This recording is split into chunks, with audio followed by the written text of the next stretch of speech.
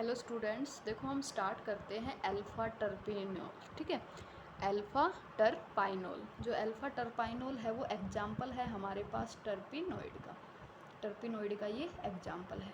इसके अंदर दो आइसोप्रीन यूनिट प्रेजेंट होती है, आइसोप्रीन यूनिट प्रेजेंट होती है, इसलिए हम इसको क्या बोलते हैं, मोनोटर्पिन।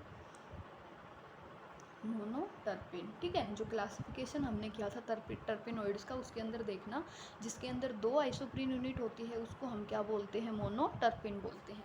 तो एक आइसोप्रीन यूनिट इसमें यहाँ पे होती है, दूसरी आइसोप्रीन यूनिट यहाँ होती है, तो ये डाईटर्पिन, इसके अंदर डाई आइसोप्रोपाइल यूनिट होती है, तो हम इसको मोनोटर्पिन बोलते हैं। अब देखो, अब इसके अंदर क्या है, ये हमारे पास स्ट्रक्चर है इसका, इसके ऊपर यहाँ पे OH ग्रुप लगा होता है और ये टर्सरी OH होता है। ठीक है, एक यहाँ पे, एक यहाँ पे, एक यहाँ पे, तीन बॉन्ड कार्बन के साथ बनने हुए हैं, तो ये कैसा है, टर्सरी कार्बोक्सिलिक ग्रुप प्रेजेंट होता है। एक इसके अंदर डबल बॉन्ड होता है। जो अल्फा टर्पिपाइन जो हमारे पास ये है अल्फा टर्पाइनोल जो होता है, ये क्या है, ऑप्टिकली एक्टिव होता है। ये पॉजिटिव प्लस आइसोमर भी मिलता है और इसका माइनस आइसोमर भी होता है। तो ये एक तरह से रेसिमिक फॉर्म में भी मिल सकता है, पॉजिटिव में भी और नेगेटिव में भी मिल सकता है। ठीक है, अब जो अल्फा टर्पाइनोल है ये स्मेली होता है, इसके अंदर स्मेल प्रेजेंट होती है, जो ब्लूम्स टाइप की स्मेल होती है, जो एक तरह से अच्छी स्मेल होती है, जिसको परफ्यूम वगैरह बनाने के लिए हम यूज करते हैं, या फिर सोप मैन्युफैक्चरिंग होती है, सोप इंडस्ट्री वगैरह में भी हम इसका यूज करते हैं। ठीक है, फिर हमारे पास आता है कंस्टिट्यूएंट ऑफ अल्फा टर्पिनाइल्स। ठीक है, जो अल्फा टर्पिनोल्स होता है, इसके हमें देखना है कि इसके अंदर कौन कौन से एटम, कौन कौन से स्ट्रक्चर प्रेजेंट होते हैं। तो इसको हम बोल सकते हैं जनरल मेथड ऑफ स्ट्रक्चर एल्यूसिएंट। ठीक है, कि स्ट्रक्चर को हमें आइडेंटिफाई करना है कि इसके अंदर क्या होता है। तो फर्स्ट हमारा सेम वही आता है जो हम सभी में करते आ रहे हैं, मोलिकुलर फार्मूला। मोलिकुलर फार्मूला को हम डिटरमाइन करते हैं स्पेक्ट्रोस्कोपी की हेल्प से। वो NMR भी हो सकता है, UV, IR, कोई भी हम यूज कर सकते हैं। तो जो इसका मोलिकुलर फार्मूला होता है वो हमारे पास C10 है, हाइड्रोजन 18 होता है और साथ में ऑक्सीजन भी प्रेजेंट होता है। मोलिकुलर फार्मूला पता लग गया तो उससे हम मोलिकुलर वेट भी बता सकते हैं। फिर हमारे पास आता है प्रेजेंस ऑफ डबल बॉन्ड। ठीक है, हमने ये देखो हमारे पास क्या है, टर्पाइनोल है। जो टर्पाइनोल है ये हमारे पास, जब हम इसको रिएक्ट कराते हैं डाईब्रोमाइड के साथ, किसकी प्रेजेंस में, CCl4 की प्रेजेंस में, तो यहाँ पे हमारे पास देखो ब्रोमीन ऐड हो जाता है। एक ब्रोमीन मोलिक्यूल ऐड होता है, तो इसका मतलब क्या है, इसके अंदर सिंगल बॉन्ड प्रेजेंट होता है। हम रिएक्शन भी करके देख सकते हैं। ये हमारे पास स्ट्रक्चर होता है टर्पाइनोल का, है ना। यहाँ पे क्या है, OH है, हमने इसकी Br2 के साथ रिएक्शन कराई, साथ में क्या है, CCl4। तो देखो एक Br तो यहाँ पे Br और ये क्या है, Br, इस वाले बॉन्ड को ब्रेक करेंगे तो एक Br तो इस पोजीशन पे चला गया, दूसरा Br इस पोजीशन पे चला गया, तो ये किस में कन्वर्ट हो गया, इस टाइप से ये कन्वर्ट हो गया, Br साथ में क्या है, Br, और ये हमारे पास एज इट इज। तो देखो एक मॉलिक्यूल यूज हुआ है, मतलब दो ब्रोमीन को हमने यूज किया है, तो इसका मतलब क्या है कि एक डबल बॉन्ड सिंगल बॉन्ड में कन्वर्ट हुआ है। ठीक है, तो इसका मतलब क्या है कि इसके अंदर एक डबल बॉन्ड प्रेजेंट होता है। उसके बाद हमारे पास आता है नेक्स्ट, इसमें नेचर ऑफ ऑक्सीजन, कि ऑक्सीजन का नेचर क्या होता है, ऑक्सीजन किस फॉर्म में प्रेजेंट होती है। तो जब हम इसके अंदर लूकास टेस्ट करते हैं, ठीक है, लूकास टेस्ट करते हैं या फिर IR स्पेक्ट्रोस्कोपी करते हैं, तो उसकी हेल्प से हमें पता लगता है कि इसके अंदर जो ऑक्सीजन होता है वो हाइड्रोक्सी फॉर्म के अंदर होता है, OH की फॉर्म में प्रेजेंट होता है। जब इसकी IR जब डाटा निकालते हैं तो इसकी पीक निकल के आती है 1430 से लेकर 1310 तक। ठीक है, तो उससे हमें पता लगता है कि इसके अंदर जो ऑक्सीजन प्रेजेंट है वो अल्कोहलिक फॉर्म में प्रेजेंट होता है। या फिर हम इसका लूकास टेस्ट करते हैं। लूकास टेस्ट का मतलब क्या है, जो अल्फा टर्पाइनोल है इसकी रिएक्शन हम जिंक क्लोराइड के साथ कराते हैं और साथ में HCl भी प्रेजेंट होता है, तो जो ये OH है ये Cl से रिप्लेस हो जाता है। तो इसका मतलब क्या है कि यहाँ से एक वाटर मॉलिक्यूल रिलीज हुआ है ना, ये HCl है, Cl ग्रुप यहाँ पे जाएगा तो यहाँ से OH ग्रुप रिलीज होगा, तो OH और H मिल के वाटर की फॉर्मेशन करेंगे और Cl जाके इस कार्बन के ऊपर बाइंड कर जाएगा। तो इसका मतलब क्या है कि इसके अंदर जो ऑक्सीजन होता है वो हाइड्रोक्सी फॉर्म में होता है या फिर अल्कोहलिक फॉर्म में प्रेजेंट होता है।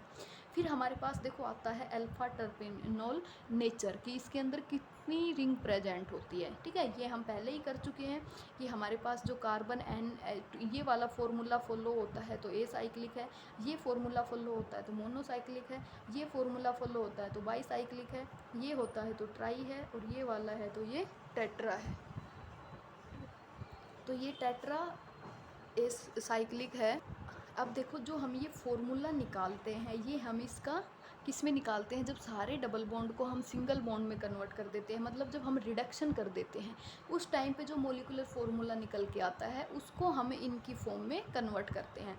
देखते हैं, देखो ये हमारे पास क्या है, अल्फ़ा टर्पाइनोल, ठीक है। अल्फ़ा टर्पाइनोल को जब हम रिड्यूस करते हैं, रिड्यूस मतलब हाइड्रोजन को ऐड करते हैं, तो 2 हाइड्रोजन तो इस डबल बॉन्ड पे जाएगी, एक हाइड्रोजन यहाँ पे आएगी, एक हाइड्रोजन यहाँ पे आएगी, ठीक है। और डबल बॉन्ड किस में कन्वर्ट होगा, सिंगल बॉन्ड में। तो साथ साथ जब हम रिडक्शन करते हैं तो OH ग्रुप का भी रिडक्शन होगा, OH का रिडक्शन होगा तो यहाँ पे हाइड्रोजन आ जाएगा, ऑक्सीजन यहाँ से रिमूव कर जाएगी, ठीक है, वाटर की फॉर्म में रिलीज हो जाएगी।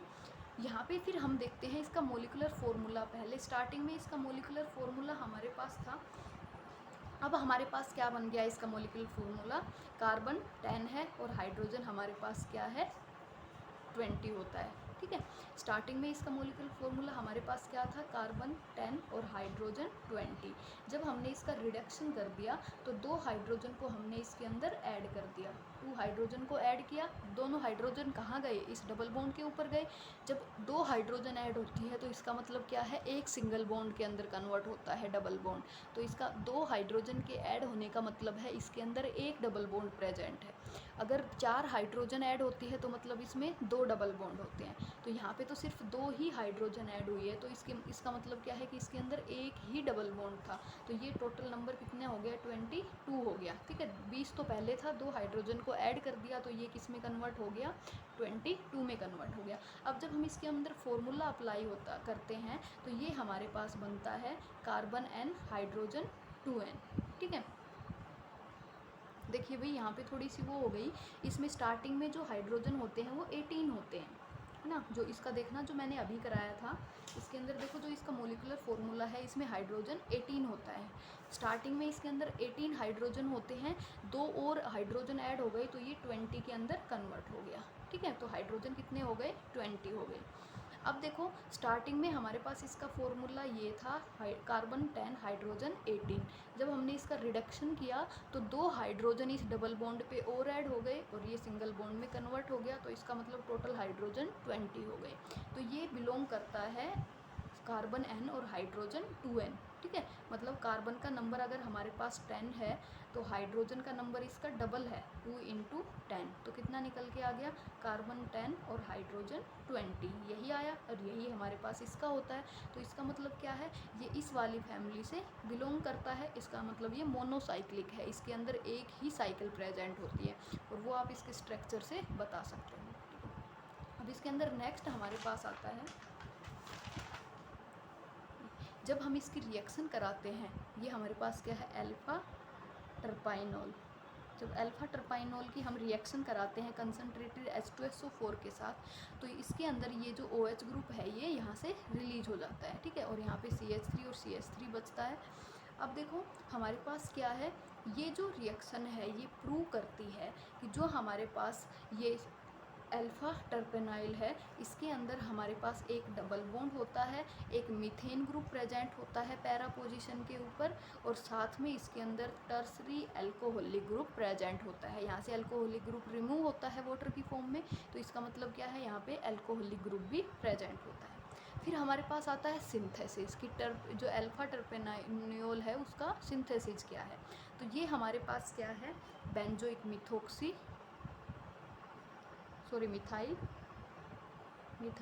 बेंजोइक एसिड, ठीक है। मिथाइल बेंजोइक एसिड की हम रिएक्शन कराते हैं H2SO4 के साथ, तो यहाँ पे क्या होता है, सल्फोनेशन रिएक्शन होती है, ठीक है। सल्फोनेशन रिएक्शन होगी तो ये H2SO4 कन्वर्ट होता है OH के अंदर, ठीक है। ये क्या है, OH है और साथ में SO3, यहाँ पे क्या है SO3H, इसके अंदर ये ब्रेक होता है, ये यहाँ से ब्रेक होगा तो जो ये वाला पार्ट है ये जाके बाइंड होता है इस कार्बन के ऊपर, और यहाँ से एक हाइड्रोजन रिलीज होगा और यहाँ से OH रिलीज होगा, तो -H2O यहाँ से रिलीज होता है ना, क्योंकि इस पोजीशन पे एक हाइड्रोजन भी तो होता है, यहाँ से हाइड्रोजन रिलीज होगा तभी तो ये इसके साथ जाके बाइंड करेगा। यहाँ से OH निकलता है, यहाँ से हाइड्रोजन निकलता है, तो वाटर निकल गया, और जो SO3H है वो इसके साथ जाके बाइंड हो गया। तो इसका मतलब क्या है, इसका सल्फोनिफिकेशन हो गया, सल्फोनिफिकेशन, ठीक है, सल्फोनिफिकेशन रिएक्शन हो गई यहाँ पे। अब हमें इसकी रिएक्शन कराते हैं किसके साथ, H+ के साथ, मतलब हम जो इसकी एसिडिक कंडीशन के अंदर रिएक्शन कराते हैं। एसिडिक कंडीशन में जब रिएक्शन कराएंगे तो ये वाला ग्रुप यहाँ से रिमूव होता है H2SO4 में, ठीक है, वापस से H2SO4 बन जाता है, और यहाँ से देखो हम इसकी रिएक्शन कराते हैं HOOH के साथ, और एक हाइड्रोजन इस एसिडिक प्रेजेंस में कराते हैं, तो यहाँ से ये वाला ग्रुप ब्रेक होता है, और जो ये OH है ये वापस आके इसके साथ बाइंड करता है, और ये हाइड्रोजन इसके साथ बाइंड होके रिलीज हो जाते हैं, है ना। अब देखो ये हमारे पास क्या है, OH के अंदर कन्वर्ट हो गया। अब हमने इसकी रिएक्शन कराई C2H5OH के साथ। जब हम इसकी रिएक्शन कराएंगे तो इसका मतलब क्या, सोडियम की प्रेजेंस में कराएंगे, तो सोडियम का मतलब क्या है, हाइड्रोजनेशन, इसका हमने हाइड्रोजनेशन कराना है। जब हम इसका हाइड्रोजनेशन कराते हैं तो जहाँ जहाँ पे भी ये डबल बॉन्ड है, एक डबल बॉन्ड यहाँ है, एक डबल बॉन्ड यहाँ पे है, एक यहाँ पे है, तो हाइड्रोजनेशन का मतलब क्या है, जहाँ पे भी डबल बॉन्ड है वहाँ पे हाइड्रोजन ऐड होगी, और सारे डबल बॉन्ड सिंगल बॉन्ड के अंदर कन्वर्ट हो जाएंगे। फिर हम इसकी रिएक्शन कराते हैं HBr के साथ, तो जो ये OH है, OH यहाँ से रिलीज होगा, और ये Br आके इस पोजीशन के ऊपर बाइंड कर जाएगा, तो यहाँ पे क्या आ गया, Br आ गया।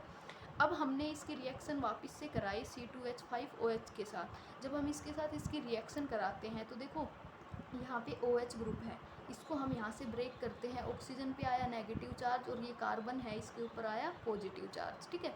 यहाँ पे भी हमारे पास क्या है, H है, इस H को भी हम यहाँ से ब्रेक करते हैं, तो H पे हमारे पास क्या आएगा, पॉजिटिव चार्ज। ये H और ये OH ये आपस में बाइंड कर लेंगे, आपस में बाइंडिंग करेंगे, तो -H2O हो गया, और जो ये बचा C2H5 ये जाके इस ऑक्सीजन के साथ बाइंड करेगा, जो ये इस ऑक्सीजन के साथ जाके बाइंड हो गया, ठीक है। अब हम इसकी ग्रिग्नार्ड रिएजेंट की फॉर्म में रिएक्शन कराते हैं, ग्रिग्नार्ड रिएजेंट के साथ एक्सेस में लेते हैं ग्रिग्नार्ड रिएजेंट। तो देखो यहाँ पे कैसे होगा ग्रिग्नार्ड रिएजेंट, कि जो ये डबल बॉन्ड है, देखो हम ऐसे, मैं आपको यहाँ पे बता देती हूँ ये वाली स्टेप, क्योंकि यहाँ पे तो ये कंबाइन फॉर्म में दिखा रखा है। तो यहाँ पे हमारे पास क्या है, इस टाइप से ग्रुप प्रेजेंट है, CH3 है, यहाँ पे Br है, और यहाँ पे CO, ठीक है, और यहाँ पे O C2H5। तो देखो यहाँ पे जब हम ग्रिग्नार्ड रिएजेंट के साथ रिएक्शन कराते हैं CH3MgBr के साथ, ये ग्रिग्नार्ड रिएजेंट होता है, तो ये वाला बॉन्ड यहाँ से ब्रेक होता है। जब ये वाला बॉन्ड यहाँ से ब्रेक होगा तो देखो ऑक्सीजन के साथ डबल बॉन्ड होते हैं, तो एक बॉन्ड के साथ तो CH3 आके बाइंड करेगा, और ऑक्सीजन के साथ जाके Mg बाइंड करेगा, तो ये किसके अंदर कन्वर्ट हो गया, इस टाइप से ये कन्वर्ट हो गया, Br CH3 कार्बन, कार्बन के साथ यहाँ पे तो CH3 आ गया, ऑक्सीजन के साथ MgBr आ गया, और यहाँ पे हमारे पास क्या है, और ये प्रेजेंट होता है, ठीक है। अब देखो, अब हम क्या करते हैं, इसका वापस से हम इसकी रिएक्शन कराते हैं, किसके साथ रिएक्शन कराएंगे हम इसकी, ये हमने यहाँ से OMgBr को रिलीज करना है। जब हम OMgBr को रिलीज करते हैं तो हम इसकी रिएक्शन कराते हैं NH4Cl के साथ। ये NH4 यहाँ से MgBr को रिलीज कर देता है, और ये हमारे पास एक्सेस में है, तो यहाँ से एक और CH3 आता है, और वो इस पोजीशन के ऊपर आके बाइंड कर जाता है।